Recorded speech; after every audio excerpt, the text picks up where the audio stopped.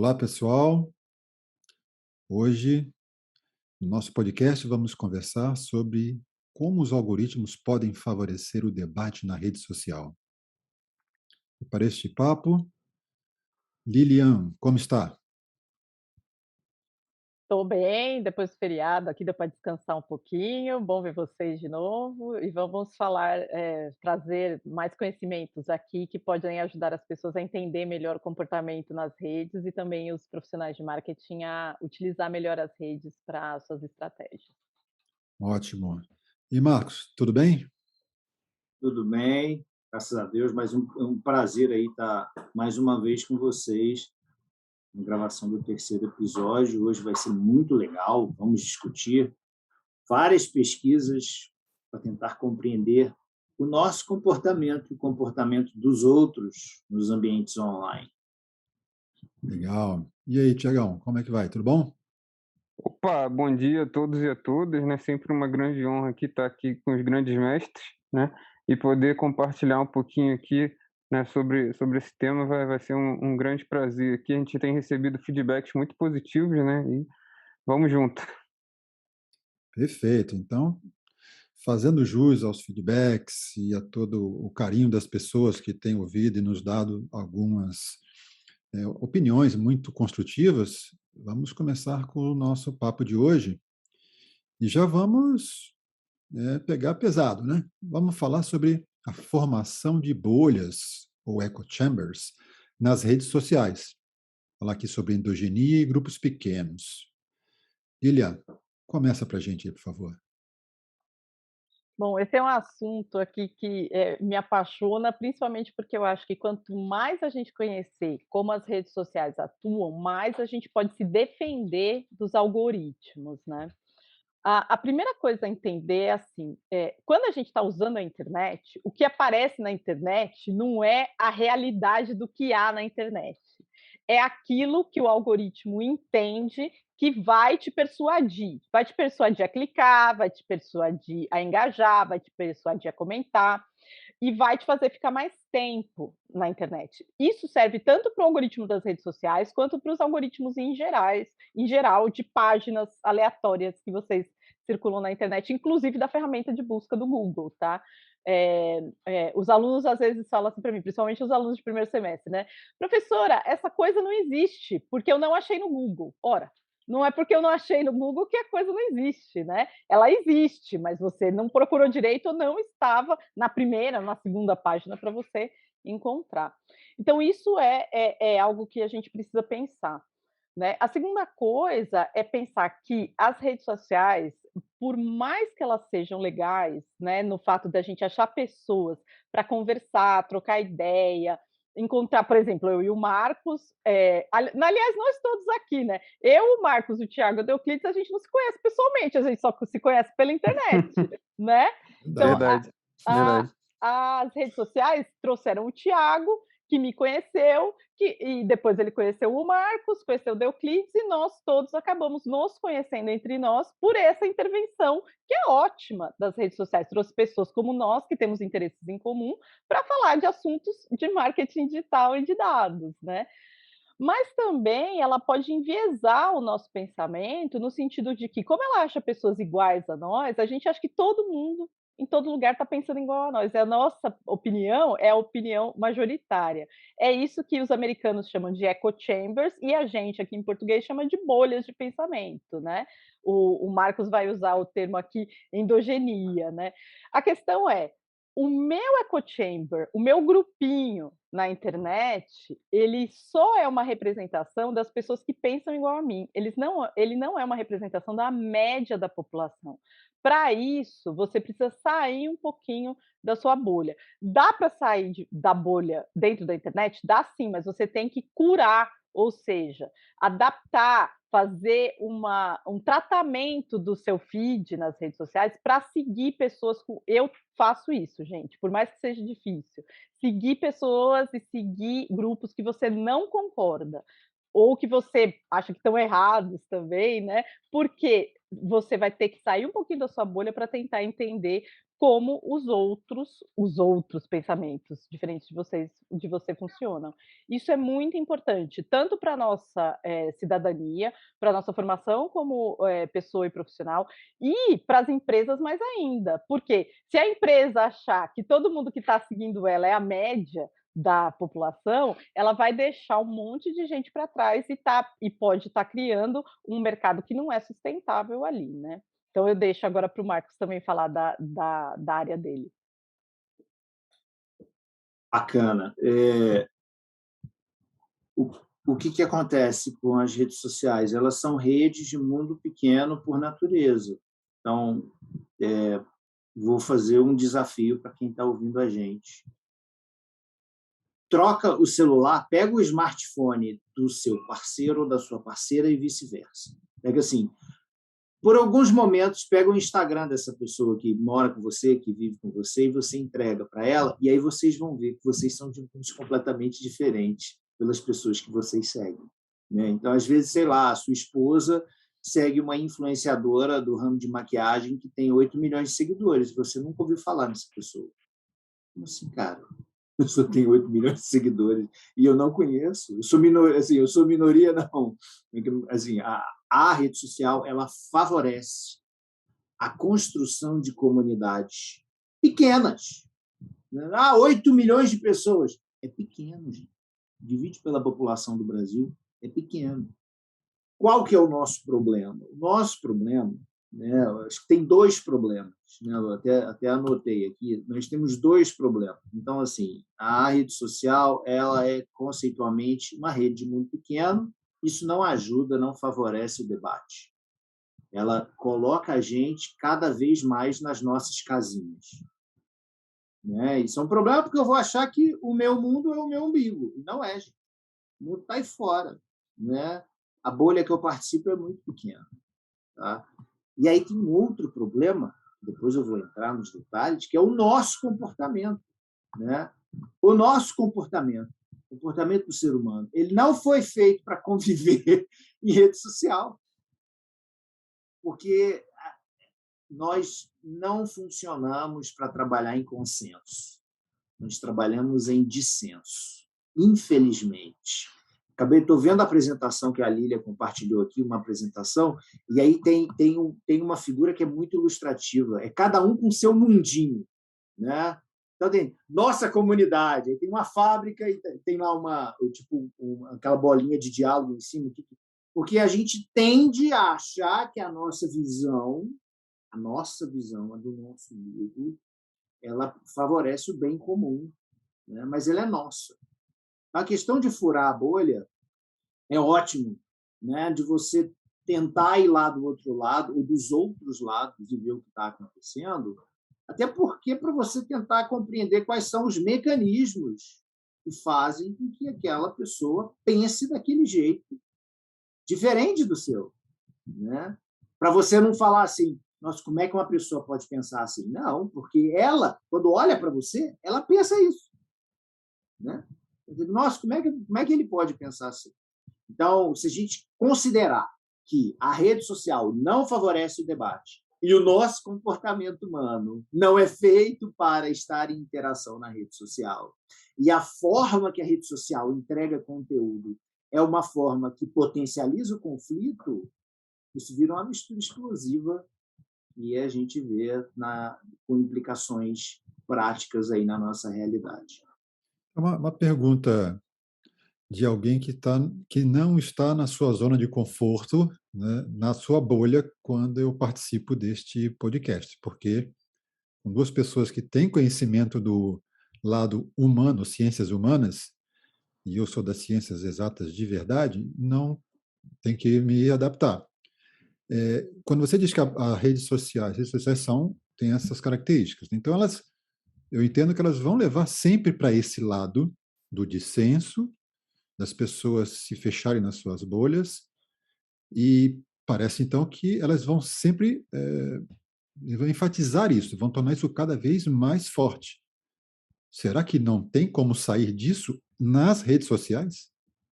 Existe um lastro enorme de literatura sobre inteligência artificial em mídias sociais, na área digital, que busca justamente o quê? Corrigir essas distorções. Como a gente vai usar a inteligência artificial para praticar o bem comum? Né? Então, eu sou da área de marketing, a Lilian também. Existe uma área, uma sub-área que foi desenvolvida há um tempo, aí, década de 80 para cá, que é o marketing social. Tá? Então, as empresas existem para dar lucro, tal, mas, além delas existirem para darem lucro, existirem para produzir lucro para os seus proprietários, tem que dar um retorno que seja benéfico, né, para a sociedade, para as pessoas, para os stakeholders que estão envolvidos ali naquele processo. E aí, Lilian, o que você pode falar sobre isso? Eu ia adicionar a questão também que o Marcos está colocando, que é a questão da alfabetização digital, que a gente volta de vez em quando, que é uma paixão minha, né? Quando a gente fala que os humanos foram criados para o consenso e não para o dissenso, né, é que antes da internet, a gente lembra dessa época, né, eu e vocês todos aqui, a gente lembra de uma época pré-internet.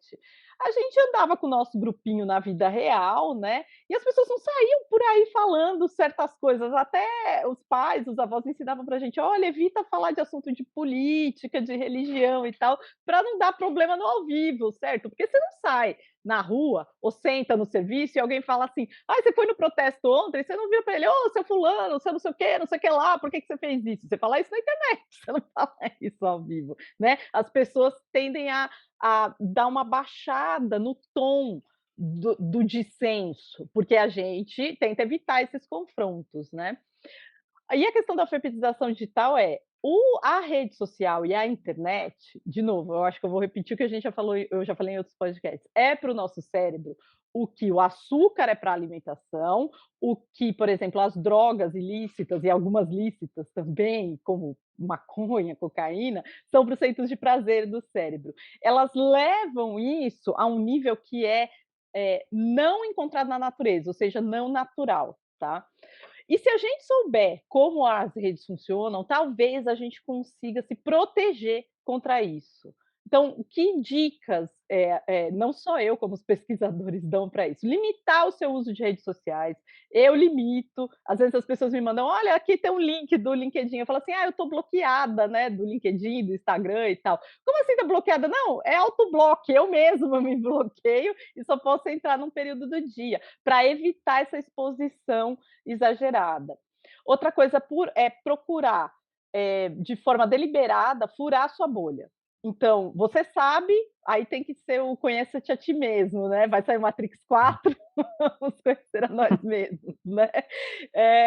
Conheça-te a ti mesmo. Assim, você sabe que a sua inclinação é A, B ou C, que você busca assuntos H, I ou J, né?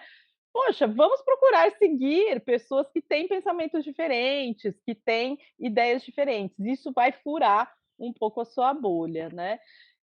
E outra coisa que é muito difícil também, mas é um nível de iluminação que talvez eu almeje chegar, é ter um comportamento desapaixonado, né? Olhar para as coisas o Richard Dawkins, ele fala assim, né? Alguém pergunta para ele, mas qual que é a sua sensação, em inglês é gutural, né? Das entranhas, né? Aí ele fala assim, para a pessoa, fala assim, eu tento não pensar com o meu fígado. Né? Eu não penso com o estômago, eu não penso com o fígado, eu penso com o cérebro, né? Então, tomar uma decisão desapaixonada, né? Tentar olhar as coisas sem tomar um lado. Eu não estou dizendo que eu consigo, que eu tenho esse nível de iluminação, mas furar a sua bolha é tentar fazer isso, tá? Tiago, e a sua bolha? Bom, eu acredito que realmente, né, como os mestres aí falaram, né, a gente é muito influenciado, né, pelas redes, né, e a gente tem um ponto cego ali, né, e que é o que os algoritmos estão nos favorecendo, né. E aí, do momento que você faz o papel inverso, por exemplo, né, teve um caso da Microsoft, por exemplo, que ela colocou o algoritmo dela para entender os padrões das redes sociais e tudo mais, e aí foi um fracasso extremo, porque o algoritmo ele começou a ter padrões racistas, né? Então ele emitia tweets racistas, né? Então, você vê que a rede como um todo, ela pode ter um padrão, né? E o teu perfil lá dentro, né, realmente um mundo à parte, né? Então, você pode mitigar esse tipo de viés, né? Ou você pode também extremizar esse tipo de viés, né? Então, acho que, como o professor Marco Severo falou aí, né, a inteligência artificial, a gente tem uma linha da inteligência artificial que é Explainable AI, né, que é você tentar entender, né, o que está por trás dos algoritmos e como mitigar esses vieses, né? Inclusive, já foi citado em outros podcasts, né, o livro da Kate O'Neill, né, o Weapons of Mass Destruction, né, falando aí o poder dos algoritmos dentro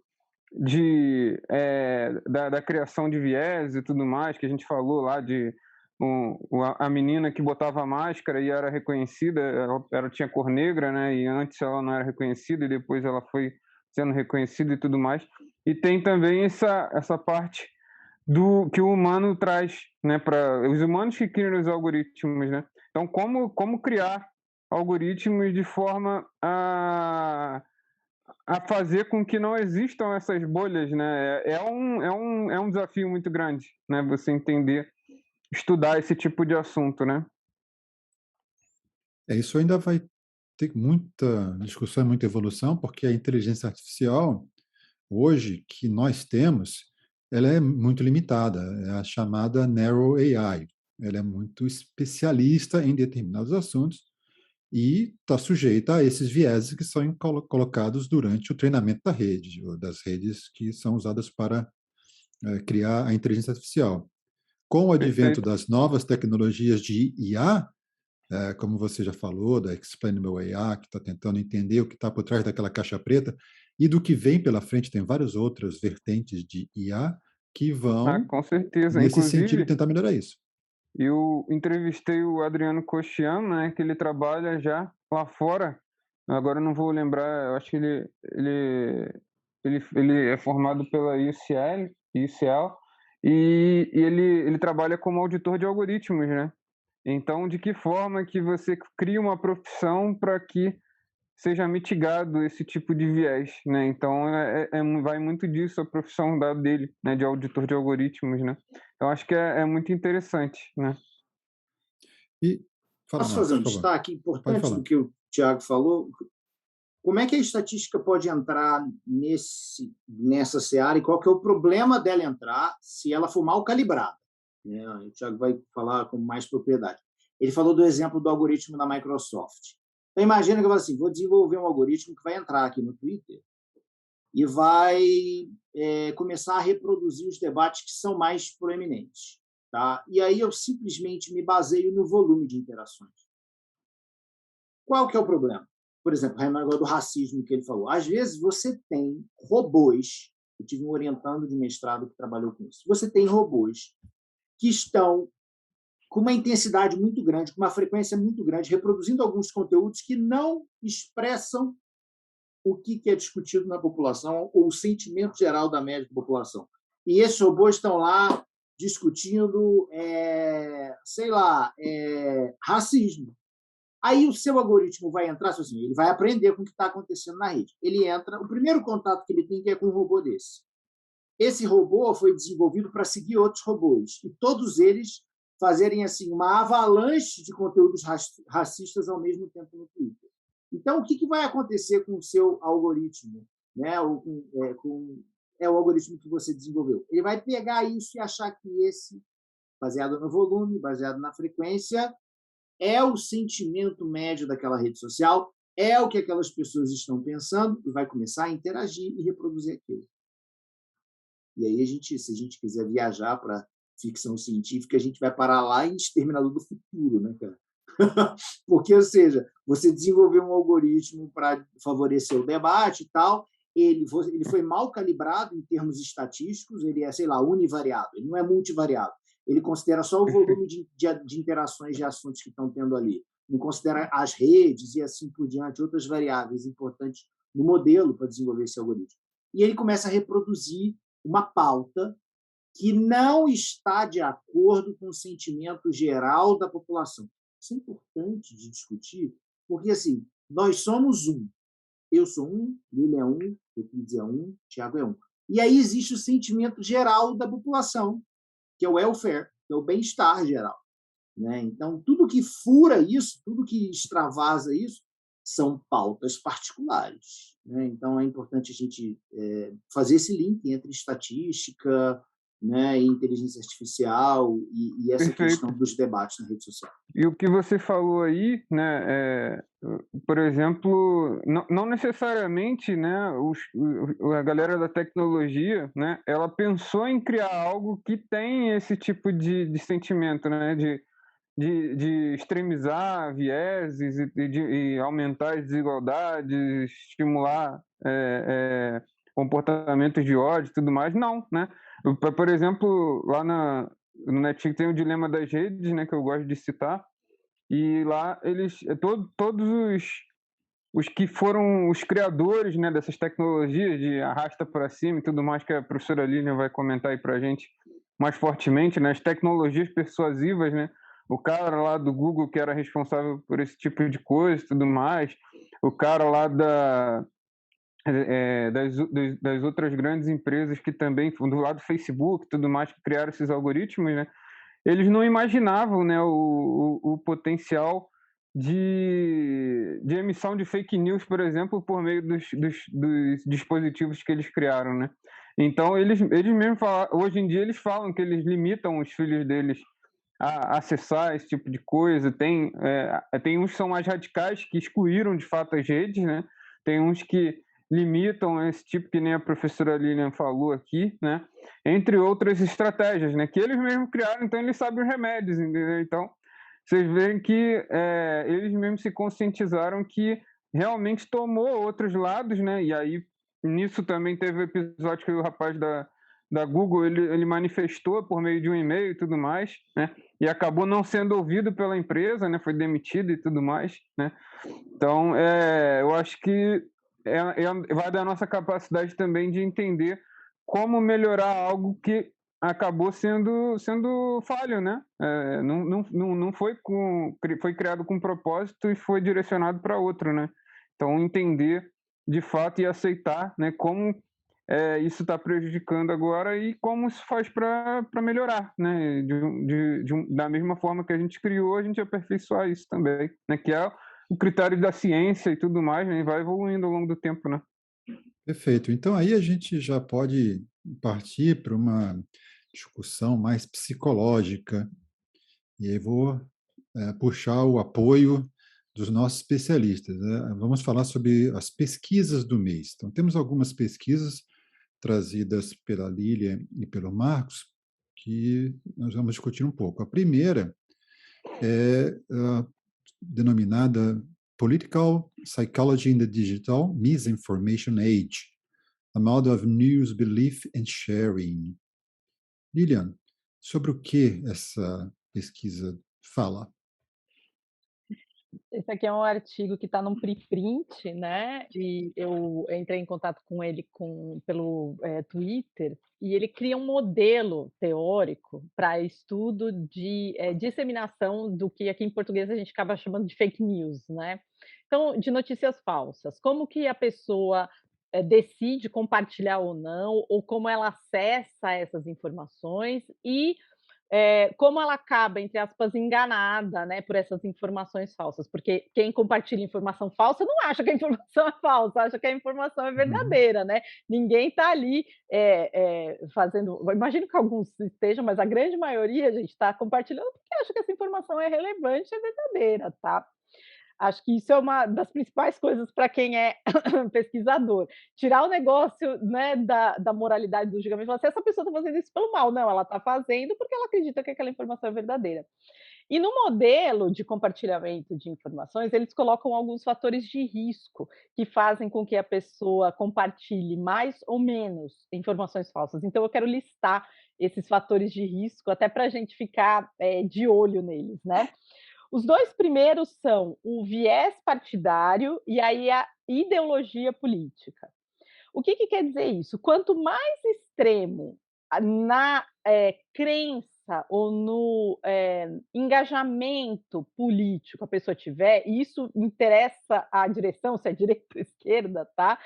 Quanto mais extremo, mais, mais suscetível a pessoa vai estar a compartilhar essas mensagens falsas, tá? Porque ao invés. E aí isso vem daqueles viés cognitivos que a gente falou no podcast passado. Esse viés, né, de seleção é assim: qualquer informação que apoia a minha crença, eu tomo por valor de face, eu acredito de pronto, porque ele confirma o meu viés. Para qualquer informação que desconfirme a minha crença pregressa, nenhuma prova é suficiente, nada vai me abalar na minha crença. Então, acho que vale a pena. Eu sempre vou para esse lado individual, né, de que a gente olhe para dentro e fale: eu acredito nisso, eu acho que isso é o certo, é o correto, eu vou tomar esse curso de ação. Qual é a prova que eu exigiria para mudar de opinião? Se você disser para você mesmo, nada vai me fazer mudar de opinião, você já começou errado, tá? Porque tem que ter alguma coisa que aconteça que faz você ver, mudar a sua opinião, porque se aquilo acontecer, vai ser uma prova contra a sua ideologia, quanto o seu viés partidário, quanto o seu viés ideológico, tá? Então, acho que essa é a primeira coisa. Aí tem mais 3 vieses que ele fala de estilo cognitivo. Então, eu estava falando agora há pouco de pensar com o fígado, né? Mas isso não quer dizer que quem é muito analítico não está sujeito a isso, tá? Todas as pessoas estão, mas desapaixonar a tomada de decisão é importante para quem quer tomar decisões melhores e estar menos sujeito a compartilhar fake news, tá? A memória também é importante nesse ponto, porque se eu não lembro o que fulano falou um tempo atrás, que ele está mudando a posição, né? Então ter algum, e por isso eu agradeço Nossa Senhora do Print, tá? Nossa Senhora do Print é uma deusa da internet, porque o print é eterno e aí a gente acaba assim, sempre aparece um com o print e fala assim, olha, mas você falou isso ao contrário um tempo atrás, né? Então eu acho que nesse ponto a internet é boa, né? Nossa Senhora do Print está sempre ali para nos lembrar do que aquela pessoa fez ou do que aquela informação fez e de que, enfim, né, a gente tem que traçar essa timeline aí para ver se aquilo é ou não é uma informação correta. E por último tem a questão da moralidade e das emoções, né? Pessoas, e isso eu não estou me tirando da jogada, tá falando de pessoas fora, pessoas inclui a mim também, né? Pessoas muito arraigadas numa visão de mundo, numa moralidade, têm uma facilidade em ser pegas nessas teorias de conspirações. Eu tenho estudado um pouco agora a história dos cultos, né? Então, por exemplo, Jim Jones, que levou o pessoal aqui para a América Latina e todo mundo morreu, né? Ele fez todo mundo tomar veneno e se matar lá na Jonestown. Você leu o Twitter ontem, não leu o tweet sobre isso? Não li, saiu um tweet sobre isso, não. Isso aí, isso aí. Não, na verdade, eu estava assistindo dica aqui para o pessoal que está ouvindo o podcast, aquela série da Netflix, Como Ser um Tirano.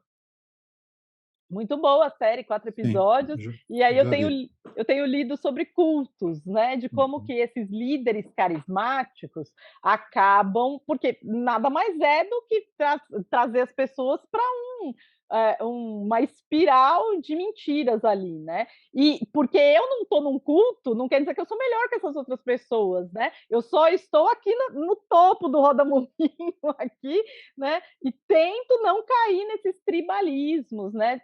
Evitar cair em tribalismo demais. Isso, a nossa cultura vai passando por uma evolução, as pessoas passam por evolução também, e eu acho que quanto antes a gente educar as pessoas de que isso acontece, que elas devem estar, não devem tomar ninguém, nem eu, viu, gente? Eu estou falando aqui, vocês procurem tudo que eu estou falando, vejam se isso corresponde à realidade, porque nada a gente tem que tomar por valor de face, tá? E mesmo que isso agrade a sua moralidade, é sempre bom. Agradar a moralidade fala assim: uma pessoa fala assim, não, eu vou fazer isso para os pobres, vai ser bom para os pobres, vai ser bom para as pessoas e tal. Você tem que ver os motivos pelos quais a pessoa está dizendo que vai fazer aquilo. Não é para tomar por valor de face como verdadeiro de antemão. Então esse artigo ele não tem nenhum artigo nem tem nenhuma pesquisa empírica, ele faz só uma discussão teórica sobre esses fatores de risco e que a gente deveria pegar dados da internet para identificar e fazer intervenções do tipo teste AB para ver o que poderia criar um ambiente melhor dentro da internet que não fosse tão suscetível ao compartilhamento de notícias falsas. Só uma provocação aí nessa história, você falou de desses itens, falou de memória, né? Que é legal que tem a memória aí, né? Que você pode printar, etc. Mas a minha provocação é, e onde fica o direito ao esquecimento?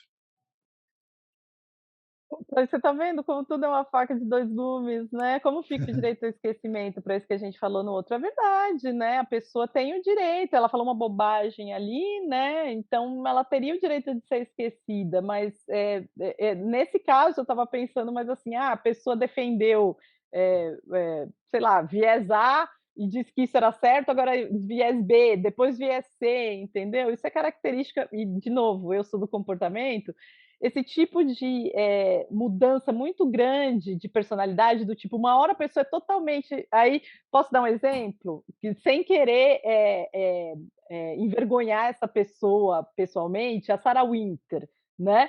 Foi uma bolsonarista ferrenha. Depois muda para uma anti-bolsonarista ferrenha, ok? Fazendo uma psicologia aqui de boteco mesmo, se pergunte, eu me pergunto muito isso, eu acho que ela deve se perguntar também se isso não é sinal de personalidade borderline, né? Ir muito em direção ao vento, de um extremo ao outro, é indicativo de personalidade borderline. Não estou diagnosticando ela, não estou dizendo para ela ir para psiquiatra, nada disso.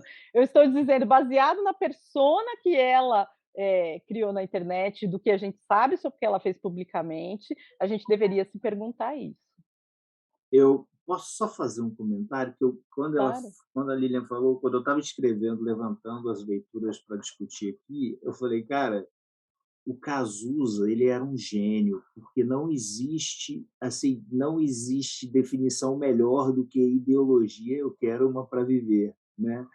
E aí tem várias pesquisas hoje, qual que é o argumento técnico com relação a isso? Tem várias pesquisas hoje comportamentais correlacionando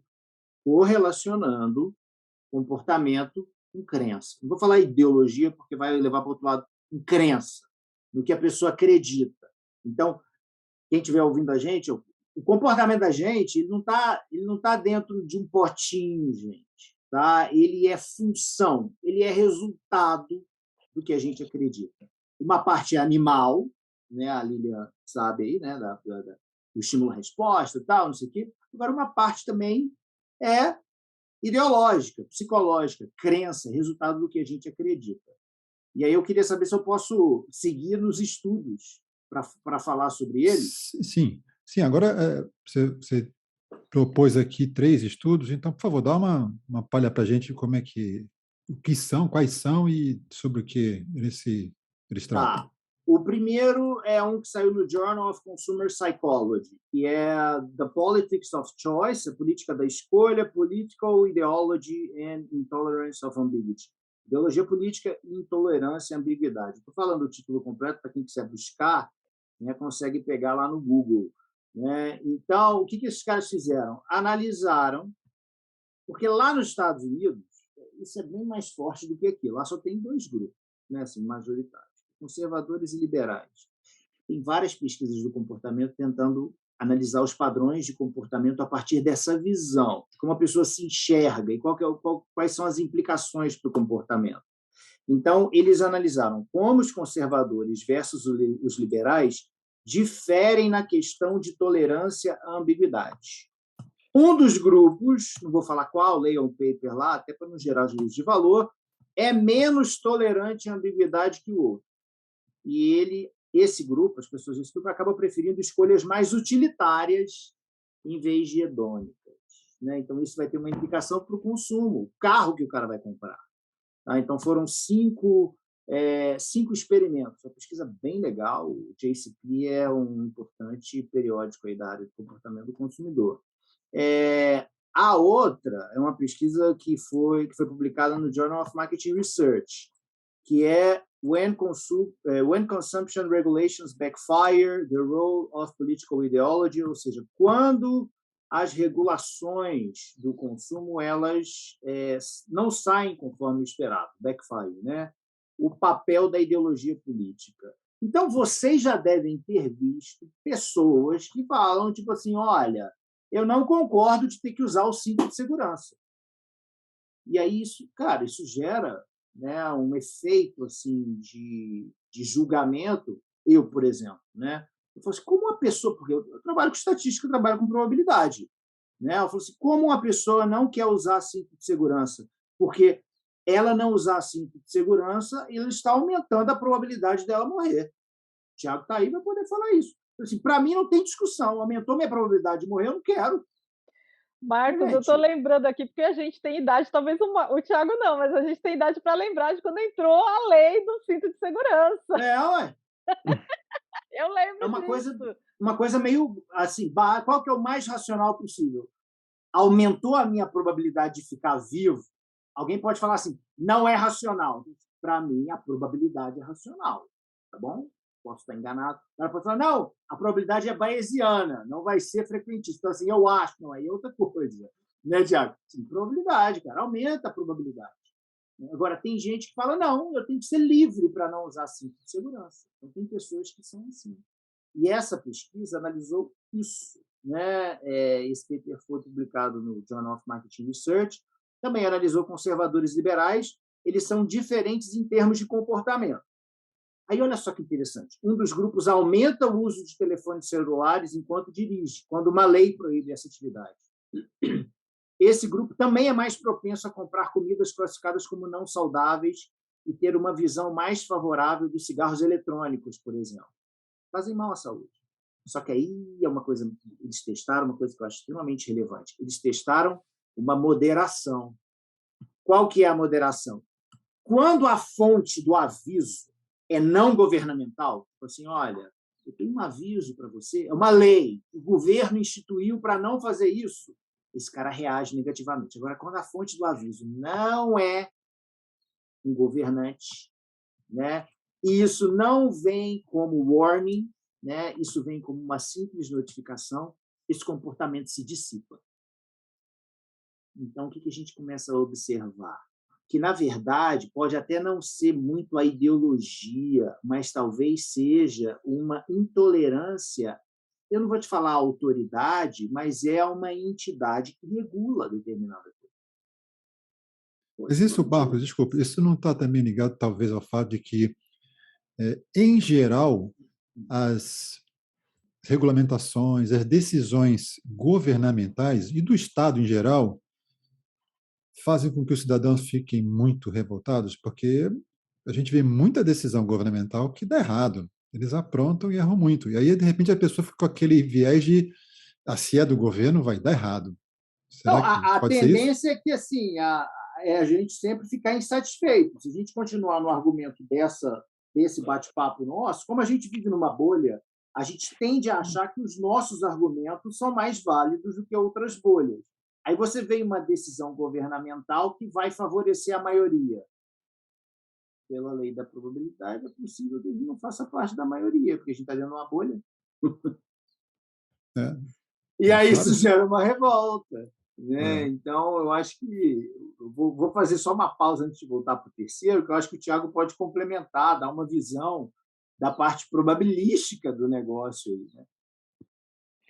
Bom, cara, eu acho que como em pesquisa operacional também tem o princípio da racionalidade, né? Se você tem a melhor escolha a se fazer, né? E essa escolha ela é realmente irrefutável, né? E você vai aumentar o lucro e tudo mais baseado, né, nos critérios que você tem, né? Então acho que você tem que escolher aquilo, né? Então se o cinto de segurança ele vai aumentar a sua probabilidade de não morrer durante uma batida, por exemplo, de acidente, não faz sentido o cara não utilizar o cinto, né?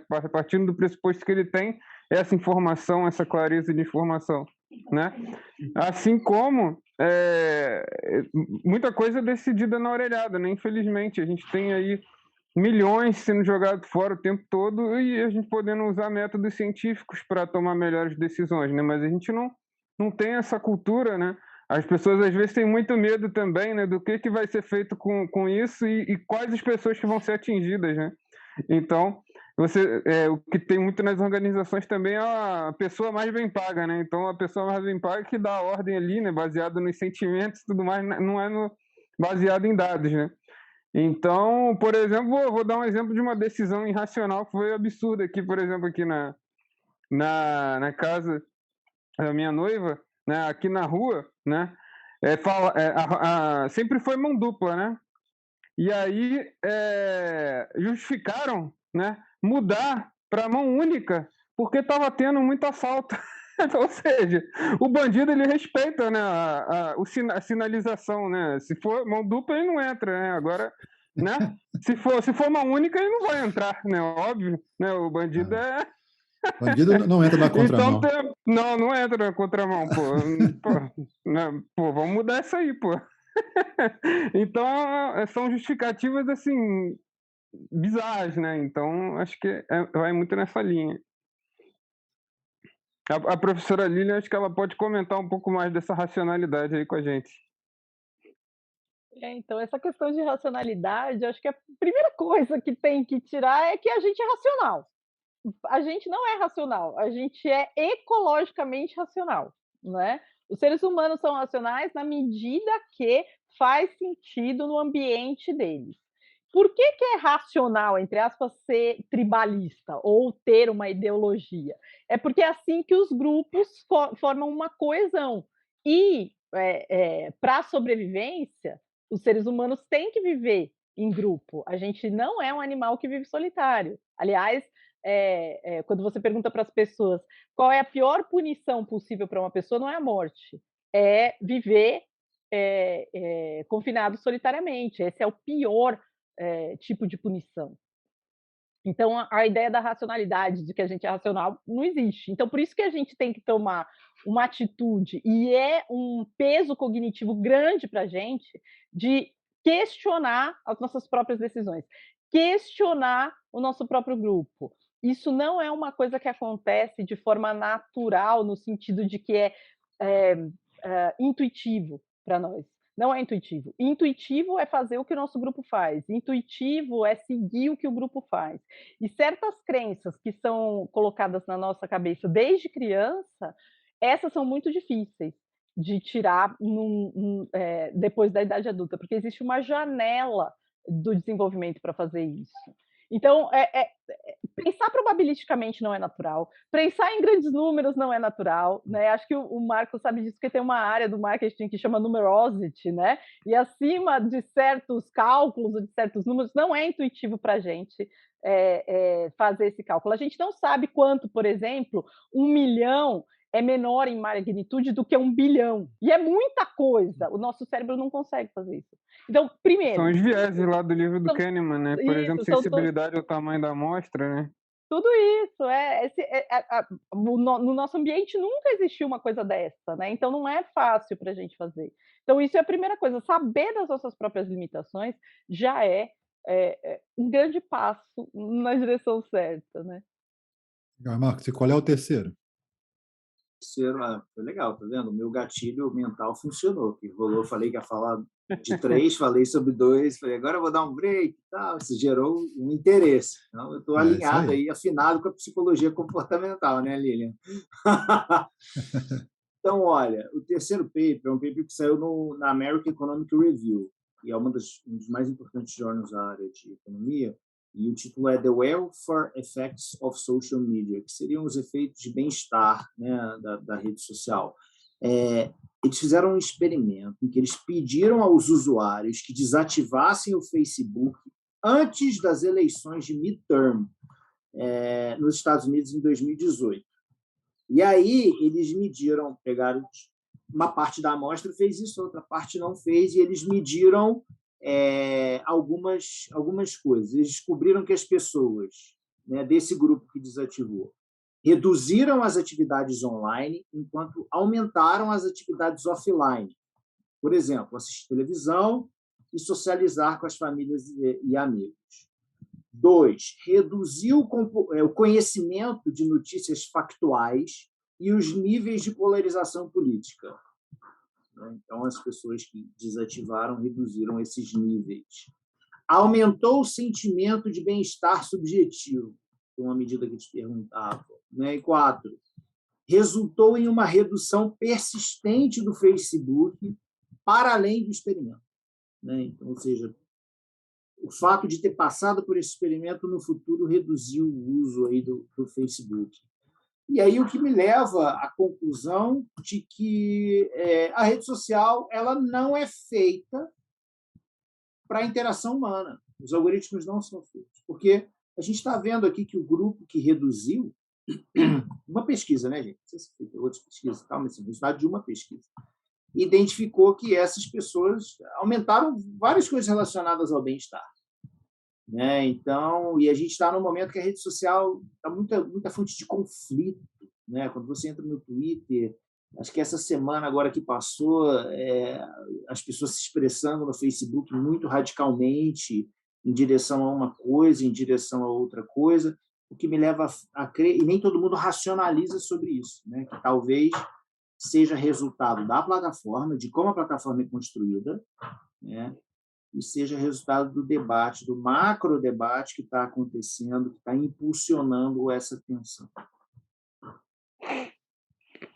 Tudo bem. Bom, para a gente ainda dar um passo à frente aqui, então eu gostaria de trazer aqui um tema para botar isso tudo no mundo, digamos, prático de quem tem que usar isso nas empresas, esse conhecimento, e para tomar decisão, para fazer algumas ações de marketing, que seja. E aí eu vou trazer um pouco da tecnologia. Existe uma publicação anual do Gartner Group, que é uma grande empresa, instituto de pesquisa, que fala sobre tecnologia em geral, que destacou entre várias tecnologias que seriam tendência para 2021, um negócio chamado Internet of Behavior, IOB. Nós já conhecemos a IoT, Internet of Things, que é a internet das coisas. Agora surge essa ideia da internet do comportamento. Na realidade, a internet do comportamento é uma extensão da internet das coisas. Esse tipo de uso de fazer análises do comportamento das pessoas para também conhecê-lo e influenciar o seu comportamento não é algo novo. Isso já foi proposto em 2012 por um professor de psicologia da Universidade de Helsinki, o Goethe Niemann, que já falava disso, de usar o data mining, o estudo dos dados, para poder fazer esse estudo do comportamento das pessoas. Então, isso já é uma coisa que já vinha sendo feita, mas nunca foi, digamos, devidamente estruturado como uma ferramenta ou um processo usando a tecnologia. Então, a Internet of Behavior, o IOB, vem nesse sentido. Ela é como eu disse, uma extensão do uso do IoT, quer dizer, você vai usar a internet das coisas, que hoje está no quê? A gente pode falar nos que chama de wearables, nos vestíveis, tipo os equipamentos que a gente usa para detectar comportamento do corpo humano, como batimento cardíaco, etc. Os relógios que a gente usa, os smartwatches que têm todas essas características, e outros que estão vindo, que já existem, e várias outras fontes de dados a partir do IoT que podem coletar informações sobre os usuários em várias situações. Por exemplo, reconhecimento facial, quando você entra numa loja, que pode ser usado para identificar a sua reação dentro quando você olha um preço ou uma mercadoria, etc. E tudo isso também associado à análise de redes sociais, quando eles fazem coleta de dados que não são diretamente relacionados ao que você forneceu para a rede ou para uma empresa, etc., mas a partir disso que você está discutindo agora, do nosso comportamento, quando a gente analisa, ou vai navegar em um site, ou vai talvez estar muito ligado à sua bolha, e daí a gente vê tudo que você pesquisa. Tudo isso pode ser coletado e ser usado como uma fonte para análise, né, de dados. E, portanto, o que é o IOB? Seria uma combinação de 3 campos. Um é a tecnologia em si, que é toda essa capacidade de a gente coletar dados de várias fontes, seja internet ou de dispositivos em geral, de data analytics, que isso são todas as ferramentas existentes para fazer análise desse grande conjunto de dados, e da psicologia comportamental. Aí vem os nossos, a Lilian, conhecedora profunda disso. Então, sobre essas 3 coisas, você criar um processo, uma ferramenta tecnológica que te permite fazer uma análise de comportamento e, consequentemente, também influenciar o comportamento das pessoas quando usam a rede, ou quando você quer, por exemplo, influenciar alguém para ter uma experiência melhor com relação ao seu produto, né, ou a jornada de compra, etc. Então, tem várias possibilidades que essa nova tecnologia permite. Isso, segundo o Gartner Group, será muito característico, muito prevalente. Em 2023, eles consideram que 40% das pessoas estarão sendo monitoradas de alguma maneira pelo seu comportamento, via essa Internet of Behavior global, e que para 2025 seria algo em torno de 50%. Então, vai crescer muito o uso disso.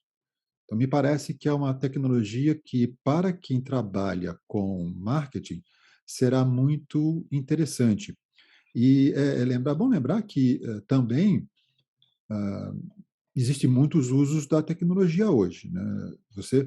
Para quem faz marketing, trabalha, por exemplo, com teste AB, tem vários outros tipos de pesquisa na internet, etc., pesquisa que você faz direto com seus consumidores, isso tudo vai ser potencializado pelo uso da Internet of Behavior, porque daí a gente vai ter um novo ferramental que poderá melhorar o entendimento e o uso desses procedimentos que tem hoje dentro do marketing.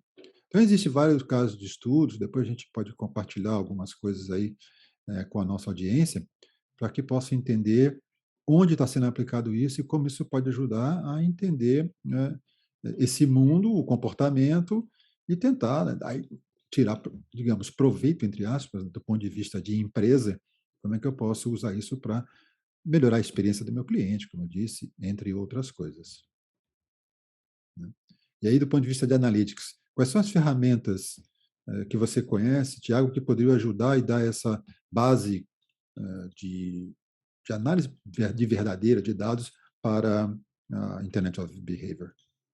Perfeito. Eu acho que a análise do comportamento do consumidor, né, sempre foi um dos cores da estatística, né, porque a estatística subsidia a tomada de decisões, seja em qualquer área, né? E você conhecendo, claro, o seu consumidor, você consegue tomar melhores decisões ali, fazer uma jornada de compra muito mais ajustada ali realmente ao que o cliente quer comprar e tudo mais, né? Você ter a consciência ali do funil, né?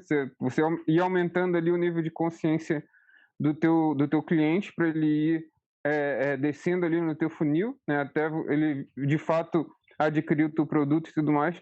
E a estatística, né, com métodos, por exemplo, de análise multivariada, que hoje chamam aí de unsupervised learning, né, que é você descobrir ali dentro, por meio de matrizes de distância, né, ou seja, de grupos que são similares, né, para você, por exemplo, fazer e-mail marketing mais direcionados e tudo mais.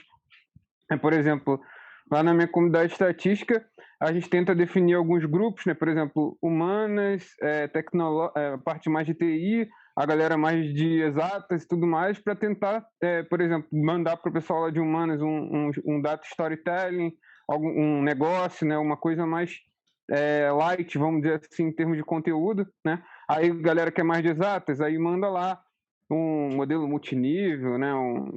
Uma regressão logística multinomial e tal, enfim. Então, segmentar esses grupos de forma a ter uma comunicação mais eficaz, né? Então, acho que isso, a estatística ajuda demais, né? Você identificar esses padrões e tomar medidas para que você consiga ter essa maior eficácia, né? Não só isso também, como identificar churn, né? Que são quando que o cliente ele vai deixar de ser seu cliente, né? E por que ele está deixando de ser, né? E aí você pode aplicar isso em diversas áreas, né? E seja também na parte acadêmica, né? No momento que o aluno evade, por que ele está evadindo, né? Será que ele está tirando notas baixas? Ele não está conseguindo pagar? Ou ele mora longe, por exemplo, né? E aí você pode prever medidas preventivas para isso, né? Então, a clusterização, acho que grafos é um estudo muito interessante, né? Porque você consegue reproduzir a rede de acordo com as características, né? Por exemplo, o grau da rede, que é a quantidade de arestas associadas a cada nó, né? Que no caso ali, cada pessoa, quantas amizades elas têm e tudo mais, né? E aí você tentar fazer uma reprodução ali, por exemplo, até fazendo uma simulação de Monte Carlo ali, para ver quantos grupos, quantas comunidades vão ser formadas dentro da minha rede, por exemplo, né? Será que, e aí usando uma métrica lá, né, seja qualquer uma delas, né, assim, são inúmeras, né, e aí você tenta fazer um agrupamento detectando essas comunidades, né.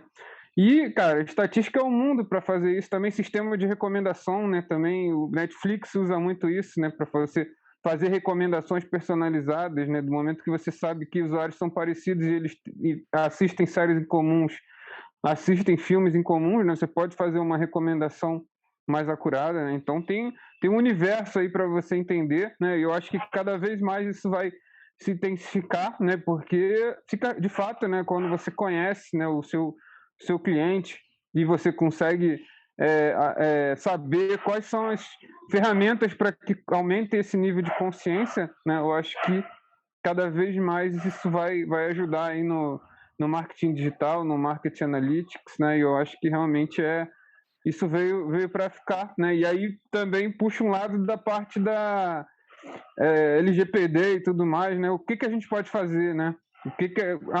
Até onde a gente pode ir, né? Qual a nossa limitação, né? Eu acho que é por aí. E aí eu queria ouvir dos mestres aí também. Eu queria ouvir da Lília antes, a gente entrou nessa questão da LGPD, talvez que o Marcos podia ajudar a gente aí, mas Lília, fala um pouquinho para a gente dessa psicologia comportamental, como é que isso pode ser usado dentro desse universo dessa tecnologia, né, que a gente já falou. Tem a tecnologia em si, que é a parte mais fácil, tá? Porque a IoT e coletar dados, etc., isso já está mais ou menos dominado. Né? E analytics, data analytics, como o Thiago falou, tem um ferramental enorme, mas como é que a gente põe a psicologia do comportamento nessa receita para ter uma tecnologia que realmente seja útil para as empresas e para as pessoas em geral? Útil para as empresas ela já é, né? Agora a gente tem que torná-las úteis para as pessoas também, né? Porque os seres humanos eles têm comportamentos que se aglomeram em torno da média, né? E essa média não é necessariamente o que é melhor para a gente individualmente, certo? Então, por exemplo, eu até compartilhei isso no status do WhatsApp outro dia e o pessoal até me mandou mensagem falando: nossa, que bom. Imagina uma época pré-televisão, pré-rádio, pré-tudo, tá, gente? A gente vivia em cidades, vilas, com um pouco mais, sei lá, de 1.000 pessoas, né? Eram cidades pequenas. Quantas notícias ruins você receberia por dia? Não muitas, certo? Você receberia, né, notícias ruins, mas não muitas, não no mesmo dia, todo dia. Aí, fast forward, né, vai para frente 2.000 anos, né? Chega hoje, você entra na internet, você vê o seu celular, você liga a televisão, você está sujeito a ver 1.000 notícias ruins por dia. Para mim, entrar na internet e aparecer que o apocalipse está chegando a qualquer momento, tá? Então, mudança climática, delírios ditatoriais, terremoto, furacão, é tudo isso junto, né? Isso tem um peso psicológico enorme, né? Não é o livro de hoje, mas a gente pode falar dele outro dia. Um psiquiatra evolucionista muito legal, escreveu um livro chamado, tá em inglês, tá? Razões boas para sentimentos ruins, Good Reasons for Bad Feelings, né? Por que a gente tem uma epidemia de ansiedade, depressão hoje? Ele argumenta que não tem nada a ver assim com remédio, com alimentação, nada disso. E sim porque o ambiente no qual a gente vive hoje é precursor desses, e a ansiedade é uma resposta adaptativa a esse ambiente de tanta notícia ruim. As empresas e nós profissionais de marketing, como o Marcos falou do marketing societal, e eu ensino isso para os meus alunos, a gente tem uma responsabilidade sobre isso, né? No sentido de que estamos hoje numa economia de atenção. O que chama a atenção das pessoas na internet, na televisão, no rádio, são essas notícias que polarizam, tanto um lado quanto o outro, né? Notícias muito horrorosas ou notícias muito piegas, e faz com que você passe muito tempo no meio, ou televisão, ou internet, enfim, né? Qual que é a nossa responsabilidade como profissional de marketing sobre isso? Não sei se as pessoas tendem a se perguntar, né? Porque a gente coloca os nossos anúncios tanto na rede social quanto na rede de display do Google ou de qualquer outra ferramenta de busca, né? E a gente quer a maior exposição possível para que as pessoas cliquem, né? A gente está sendo pego de carona nesse ambiente que foi criado. Eu não estou dizendo que ele foi criado deliberadamente. Eu não imagino que ninguém tenha uma mente tão Dr. Evil assim, para falar, eu vou manipular todo mundo, fazer as pessoas ficarem ansiosas, deprimidas, se encher de antidepressivo e ansiolítico para vender mais refrigerante, enfim, né? Eu acho que não é deliberado. Mas a tecnologia, quando ela é criada, existe com essa intenção de, olha, vamos analisar o comportamento das pessoas e vamos tentar influenciar esse comportamento. Mas o comportamento final, desculpa, que as pessoas querem influenciar, é no sentido de passar mais tempo. Não no sentido de fazê-las se sentir pior ou mais ansiosas. Mas isso acaba acontecendo, né? Mas tudo bem, mas a empresa, por exemplo, a empresa pode querer várias coisas, entre elas vender mais. Né? Então, engajamento maior. Então, a partir de se eu ter um comportamento, eu posso ler o comportamento e posso fazer também. Eu sei que essa pessoa gosta mais disso ou daquilo e posso influenciar isso ou de como ela quer ter uma experiência, né, na seu processo de compra. Eu também posso fazer com que isso seja que atenda aquela expectativa. Bem, isso a tecnologia já permite às empresas fazerem isso. E aí eu pergunto para o Marcos uma coisa. Há um risco nisso, certo, Marcos? Que está aberto. À medida que você começa a coletar todos esses dados que estão disponíveis, que começa a ver o comportamento das pessoas sendo analisado e está disponível nessa Internet of Behavior, isso pode ser atacado, pode ser usado de maneira incorreta, né? Porque a gente tem um problema com dados que é o seguinte, os dados comportamentais eles ficam registrados e eles têm mais poder de você compreender o comportamento das pessoas do que os dados de relato, que as pessoas não lembram do que elas fazem, né? Uma maneira importante de você descobrir o comportamento das pessoas é ver o padrão de busca delas no Google. Uma maneira, você pode derivar variáveis a partir disso. Isso faz parte da mente humana não lembrar das coisas. Se perguntar por que dieta não funciona na média, né? Todo mundo sabe o que fazer, não faz direito, né? As pessoas têm um problema aí de memória, também um problema de memória. Então, por que todo mundo gosta? Tem gente que gosta de fazer dieta registrando o que ela está comendo. Tem muitas pesquisas assim. Porque quando você registra, você vê o comportamento. Tem muita gente que gosta de pesar a comida para ver quanto que está dando, para ver se ela está seguindo de fato, porque a nossa mente nos engana continuamente. Além disso, você tem um problema de memória. Se perguntar para as pessoas o que elas comeram semana passada, o cara não vai lembrar o que ele comeu semana passada, qual roupa que ele vestiu semana passada, né? Mas aí você tem um problema na internet que fica registrado. Então, você não precisa perguntar nada para ninguém. Se você tiver acesso aos dados dessa pessoa, você vê o padrão de atividade dela na rede social, quantas horas ela passa na rede social, perfil que ela segue, perfil que ela mais interage, né? Então, qual é o aplicativo que ela mais usa, quanto tempo ela passa, aonde ela navega, né? Se ela usa mais o Stories, se ela usa mais a timeline e assim por diante. E aí eu consigo desenvolver aplicações para reforçar esse comportamento. E aí eu, sei lá, eu estou induzindo um vício na pessoa, não estou? No limite, levantando uma questão ética aqui. Se eu sei que determinada coisa funciona como uma combustão para fazer com que a pessoa passe mais tempo online vendo um conteúdo que não me interessa, mas pode ser um conteúdo ruim, por exemplo, eu vou incentivar isso. Quando eu falo não me interessa, assim, eu não estou preocupado com a qualidade do conteúdo, eu estou preocupado com que ela fique mais tempo ali online. Então, eu posso vender tudo. Posso vender teoria da conspiração para essa pessoa com esses mecanismos. Então é questão ética, né? Sim. Questão ética, da empresa. Questão ética importante. Por isso que eu acho que no futuro a gente vai olhar para trás para a rede social e falar assim, cara, vai ser igual o cigarro. Acho que eu já falei aqui, né? Quando eu fazia graduação, os alunos, os professores fumavam dentro da sala de aula. 1999, primeiro semestre. Fumava na janela, assim, o professor dando aula. Eu falo isso para meus alunos, assim, como assim, professor? Ué, gente. Então, acho que no futuro a gente vai olhar para trás e falar assim, eu não acredito que as pessoas faziam isso. Vai ser assim. Reféns do tempo. Somos reféns do tempo. Correto. Beleza. Aí, a Lilian propôs um livro muito interessante aqui. Lilian, fala um pouquinho para a gente do livro e do autor. Então, esse livro, infelizmente, não tem em português também. Eu entrei em contato com ele quando eu conheci o Media Lab do MIT, né, que é um tipo de pós-graduação, né, mestrado, doutorado, que tem um esquema diferente dos mestrados e doutorados acadêmicos tradicionais, né? E lá no Media Lab, eles trabalham com esse livro, que já tem mais de 20 anos, né? De um professor de Stanford chamado B.J. Fogg, e o nome do livro é Tecnologia Persuasiva, Persuasive Technology.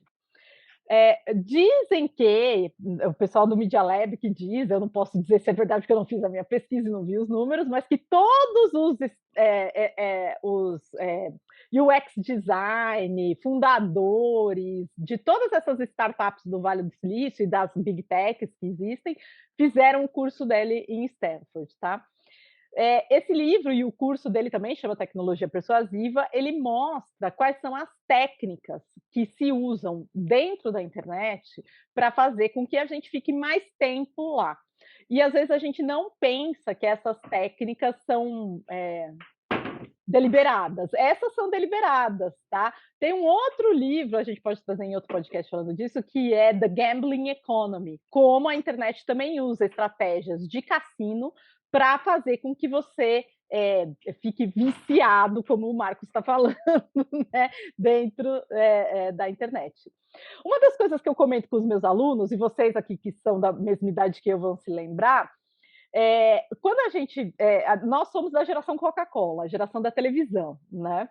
Chegava um horário na televisão, tipo 2, 3 horas da manhã, que a televisão acabava a programação. Vocês lembram disso? Falava assim, agora nós encerramos a nossa programação e a gente volta, sei lá, amanhã, 15 para 6, era uma coisa assim, né? E aí, durante aquele período, não passava nada na televisão, ficava ou uma tela, aquela tela de videocassete com as faixas das cores, né? Ou o chuvisco, ficava assim.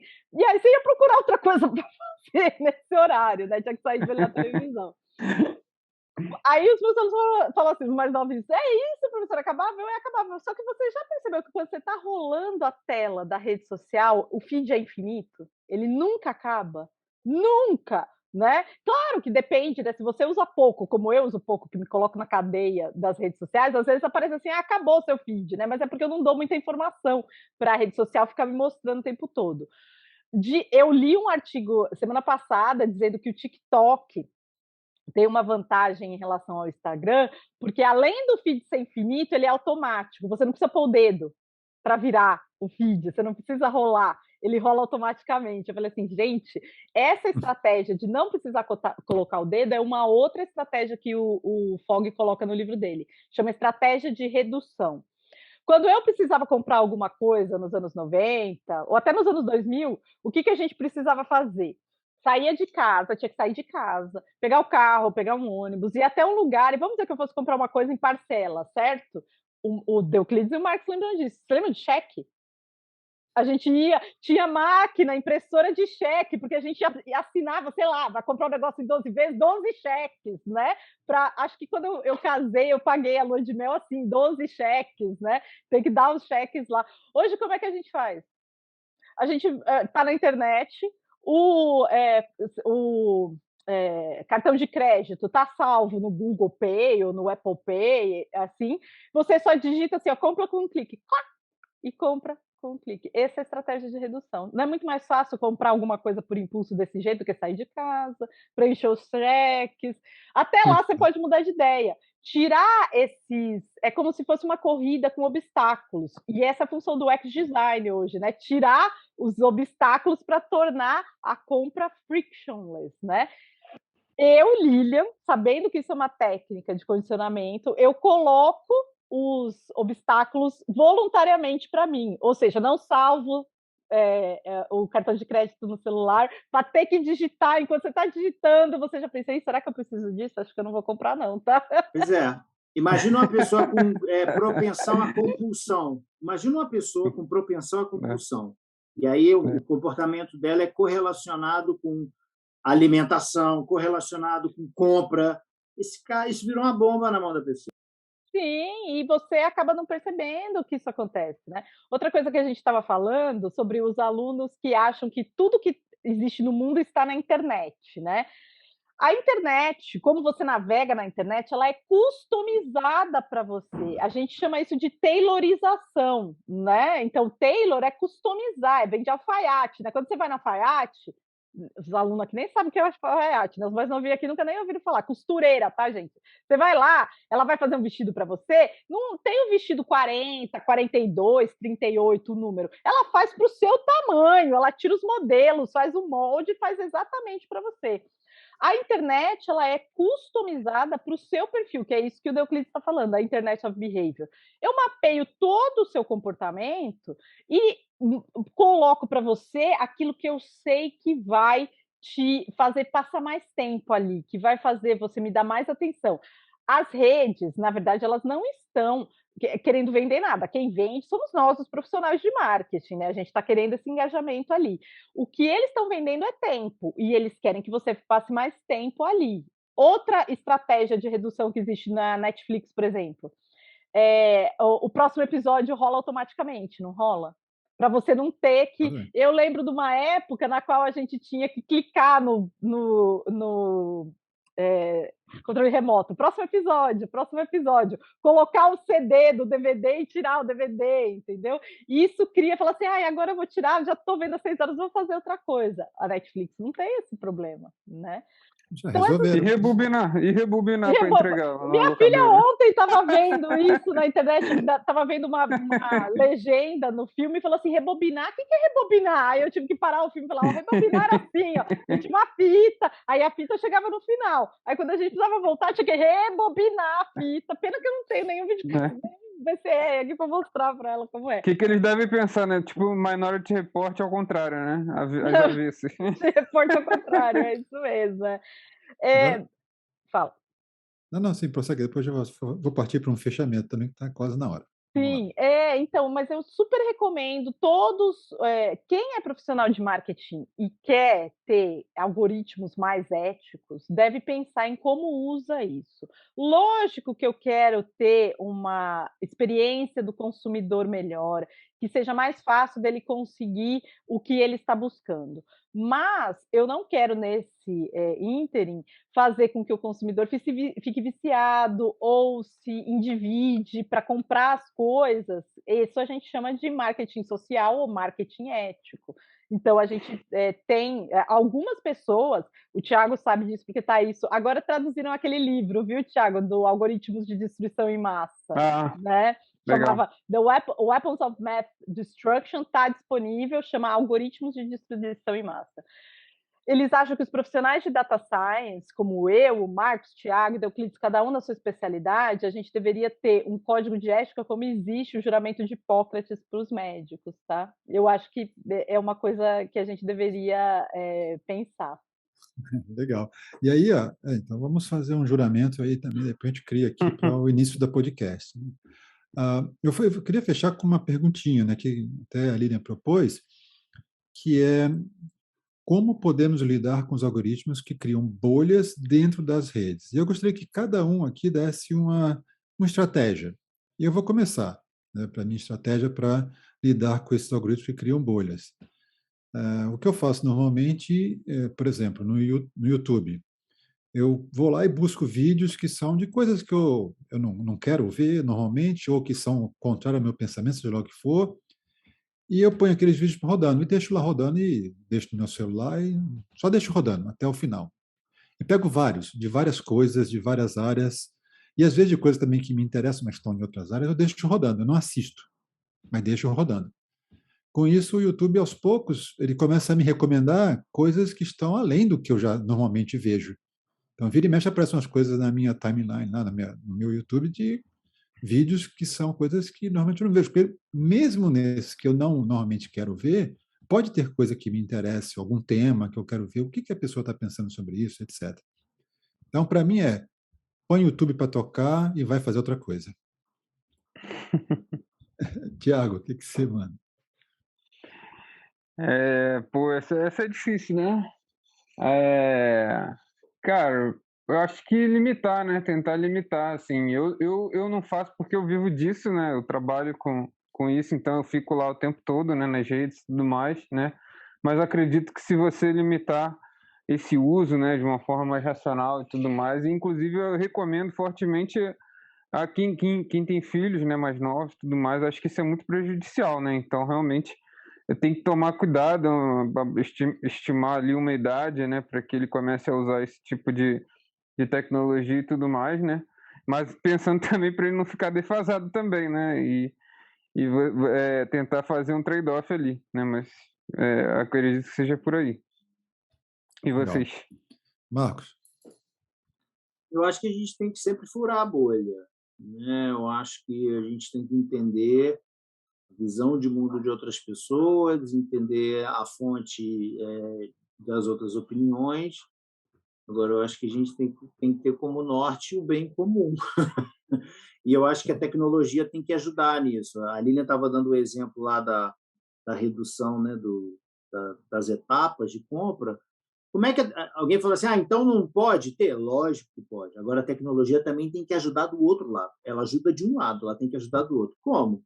Pode sair uma notificação e falar assim, você tem certeza que você quer fazer essa compra, considerando que o seu cartão, a conta do seu cartão de crédito no próximo mês vai vir e já está acima da sua média histórica de uso? Estou usando dados, cara. Estou usando informação da pessoa para balizar, para ajudá-la a tomar uma decisão. Do mesmo jeito que eu estou ajudando, usando a tecnologia para ajudá-la a fazer comprar, eu tenho que usar a tecnologia para ajudá-la também a tomar essa decisão. Bacana. Lilian, qual a sua estratégia? Eu vou fazer um mashup do Thiago e do Marcos aqui. Acho que no nível individual, né, você pode saber o que acontece, conhecer. Então, a primeira coisa é conhecer quais são as técnicas, e a segunda é limitar. Como eu falei para vocês, eu me autobloqueio das redes sociais. O Thiago não, o Marcos tinha falado até num outro podcast, falando assim: eu deixo o celular em outra sala, né, para não ficar mexendo o tempo todo. Isso são técnicas que a gente usa para reduzir o uso, né? E a segunda coisa, do lado dos profissionais de marketing, é essa questão do juramento aí de algoritmos éticos, né? Pensar depois, né, ou antes de fazer a técnica, qual é a consequência disso? Porque existem consequências não intencionais, né? Por exemplo, o feed infinito não era algo pensando para viciar as pessoas em redes sociais, simplesmente tentando melhorar a navegabilidade e, lógico, fazer com que você ficasse um pouco mais de tempo, mas não viciado o dia inteiro naquilo, né? As notificações, a mesma coisa. Dentro do próprio Facebook, eu sei que tem uma área de ética lá preocupada com isso e questionando a todo mundo qual que é a consequência daquela mudança no algoritmo, enfim. Eu acho que Boa, isso é uma mestre. Eu acho que esse é um ponto interessante, né? Desativar as notificações também, né? Acho eu que é nunca importante. tive. Se eu Desativar é importante. demorar a responder vocês no grupo de WhatsApp é porque tá tudo silenciado, tá? A Não, única cara, eu vou compartilhar a experiência pessoal aqui. Eu tenho sei lá quantos grupos no WhatsApp e no Telegram, cara. Isso aqui acaba com a bateria do meu celular, cara. Se eu Lógico. deixar. Sério, acaba com a bateria. Eu vou lá e tem trocentos milhões de grupos lá com um negocinho aceso lá, né? Então fica tremendo aqui o tempo todo o negócio. Parece O que tá seu com mal de celular tá Parkinson quase aqui o se celular. suicidando, né? Ele se joga, né? Não, parece que ele tá com mal de Parkinson aqui, pô. Então eu acho que isso é importante, né, no sentido de você saber que essas técnicas existem, limitá-las, mas nós que fazemos e construímos os algoritmos, pensar que nem em ética em pesquisa. Quando a gente fazia só questionário, a gente falava assim: "Essa pergunta é necessária?", né, eu preciso fazer essa pergunta, porque às vezes a gente não pensa que uma pergunta de renda ou de escolaridade pode ser uma pergunta sensível, né. Então pense bem, antes disso, vamos pensar no nosso manifesto aqui de ética e, enfim, acho que é essa a reflexão que eu deixo. Legal, muito bom, gente. Chegamos ao final de mais uma agradável conversa sobre temas interessantes. Muito obrigado a todos. Estejam disponíveis para uma próxima conversa. Mestre, só mais uma dica aí que eu acho Ah, importante também. Desligar o celular no final de semana, se você puder, cara, é bom demais. Eu sempre faço isso, porque senão eu tô lascado. se não, Eu obrigado. tento fazer o máximo isso, porque senão lascou. Tá certo, Tiago. Beleza, bela dica. E aí, gente, então tá. Um abraço, hein? Até a próxima. Falou, Valeu. pessoal. Foi ótimo. Um Tchau, abraço. tchau. Obrigado. Abraço.